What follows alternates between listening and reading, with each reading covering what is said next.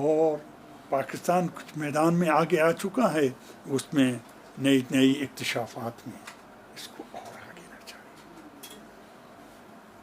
آپ کیونکہ یہ دوسرا پہلو اسی دوسرے مطلب کا یہ آپ سے متعلق ہے.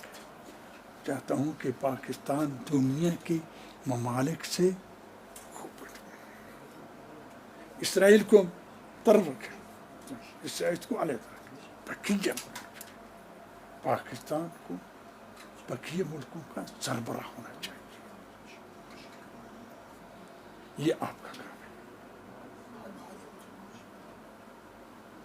پاکستان کا تاج اس لحاظ سے آپ کس طرح انشاءاللہ آپ اپنی فکر اور اپنی عقل اور اپنی بھلے کوشش کے ساتھ پاکستان کو اس مقام تک لے جائیں گے جس کا یہ پاکستان مستحق ہے.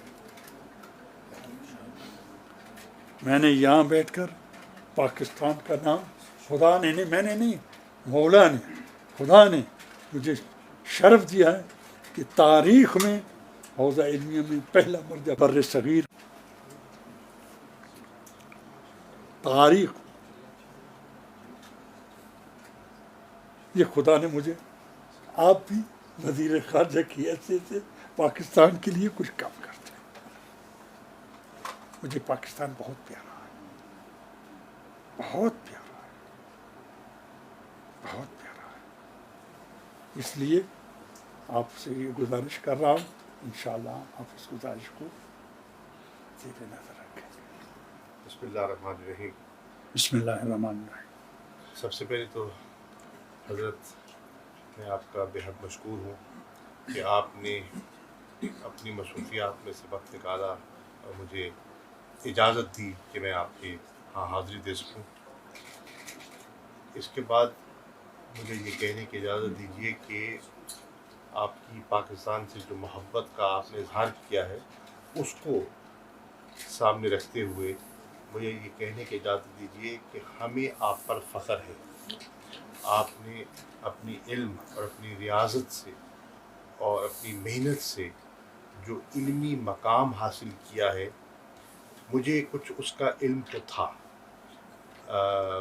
غائبانہ طور پر، آپ سے ملاقات نہیں تھی، غائبانہ تعارف تھا مجھے آپ کی شخصیت کا اور آپ کی دینی خدمات کا علم تھا. لیکن میں پہلی مرتبہ عراق آیا ہوں ماشاء اور مجھے کل موقع میسر آیا عراق کے صدر سے ملنے کا بڑھیا. اور عراق کے وزیر اعظم سے ملنے کا.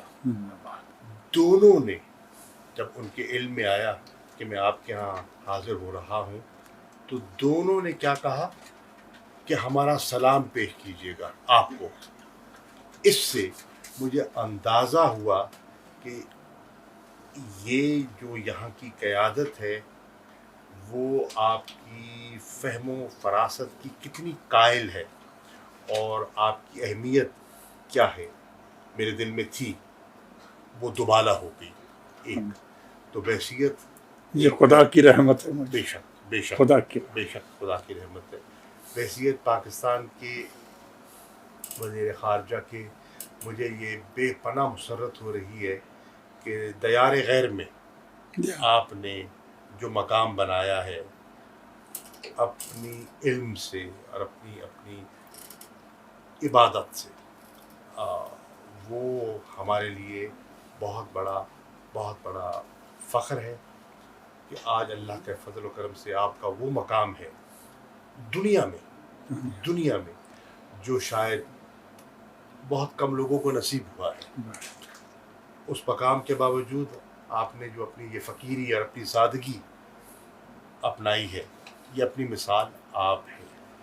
یہ ہے ایک جسے کہتے ہیں نا ایک مٹی ہوئی شخصیت کی عملی پہچان جو میں اپنی آنکھوں سے دیکھ رہا ہوں. آپ کو کسی چیز کی کمی نہیں ہے لیکن آپ نے خود فیصلہ کیا ہے اس انداز میں زندگی بسر کرنے کا، رہنے کا.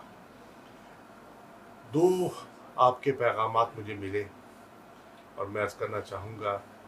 آپ نے فرمایا تھا کہ پاکستان کے زائرین کے لیے جو آتے ہیں کچھ کیا جائے. آپ کو یہ جان کر خوشی ہوگی کہ وزیر اعظم عمران خان صاحب کی سربراہی میں بلے کابینہ نے اس پر غور کیا. بلے حج کے لیے عمرے کے لیے لوگ جاتے ہیں ہر سال، اس کے لیے پورا ایک نظام مرتب کیا گیا ہے، کیسے جانا ہے، ان کی تربیت کیسے ہونی ہے، ان کا رہائش کیسی ہوگی، لنگر کا بندوبست کیا ہوگا، ایک پورا نظام قائم کیا گیا ہے، اس کے رولز ہیں، ریگولیشنز ہیں. یہاں لاکھوں آتے ہیں، کوئی ایسا نظام نہ تھا. ہم نے اس کمی کو محسوس کرتے ہوئے ایک نئی زائرین مینجمنٹ پالیسی کا فیصلہ کیا ہے. زندہ باد، کابینہ نے اس کی منظوری دے دی ہے، زندہ باد. اور اس کی بنیاد پر انشاءاللہ اب ایک میری عراق کی حکومت سے اس پر تبادلہ خیال ہوا، وزارت داخلہ سے بھی، میرے وزیر خارجہ سے بھی گزارش کی، وزیر اعظم سے بھی، کہ ہم زائرین کی بہتری کے لیے کچھ اقدامات لینا چاہتے ہیں، لیکن ان اقدامات کو پایہ تکمیل تک پہنچانے کے لیے ہمیں آپ کی مدد درکار ہوگی. زندہ اور باد. انہوں نے مجھ سے وعدہ کیا ہے بلے. کہ انشاءاللہ وہ کریں گے. چنانچہ ہماری خواہش ہے کہ یہاں ہم زائرین کے لیے ہمارا جو پاکستان ہاؤس کا ایک خواب تھا جو ادھورا ہے، بلے. اس کو مکمل کیا جائے. زندہ باد. ایک میڈیکل سینٹر قائم کیا جائے جس میں زائرین آ سکیں، رہ سکیں، مستفید ہو سکیں. آتے ہیں بہت بڑا طبقہ ان میں ایسا ہوتا ہے جو بڑا سفید پوش طبقہ ہوتا ہے، اور ان کے لیے آسانی پیدا ہو جائے. زندہ باد. میری خواہش ہے، کل میری کربلا کے گورنر سے ملاقات بھی ہوئی، زندہ باد. کہ یہاں ہماری اب اس وقت 2 لاکھ کے قریب لگ بھگ پاکستانی آتے ہیں. بلے. ہماری جو لوگوں کی تڑپ ہے بلے. اس کو سامنے رکھتے ہوئے اگر ویزا کی آسانی پیدا ہو جائے تو تعداد بہت بڑھ سکتی ہے. بہت بڑھ سکتے ہیں. مجھ سے انہوں نے وعدہ کیا ہے کہ انشاءاللہ ویزوں کی جو کمی تھی اور جو دقت تھی اس کو آسان کر دیں گے، زندہ باد. ویزے عام کر دیں گے، اور زندہ باد. انشاءاللہ آپ دیکھیں گے پاکستانیوں کی یہاں ایک بہار ہوگی جو انشاءاللہ. زیارات کے لیے آئیں گے اور انشاءاللہ. اپنے عقائد کے مطابق یہاں حاضری دیں گے. تو انشاءاللہ. انشاءاللہ یہ ایک پیش رفت ہے. میری خواہش ہے کہ یہاں ہم ایک اپنا کاؤنسلیٹ بھی قائم کریں. ہمارا کاؤنسلیٹ کیونکہ بہت بڑی، مجھے لگتا ہے کہ آنے والے دنوں میں انٹرنیشنل ایئرپورٹ بن رہا ہے کربلا میں، تو اس سے بھی آسانیاں پیدا ہو جائیں گی زائرین کے لیے.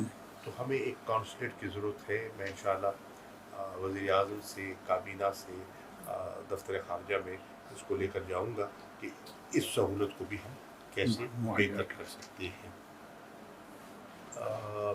تو یہ انشاءاللہ جو آپ کا حکم تھا اس کی تعمیل ہوگی.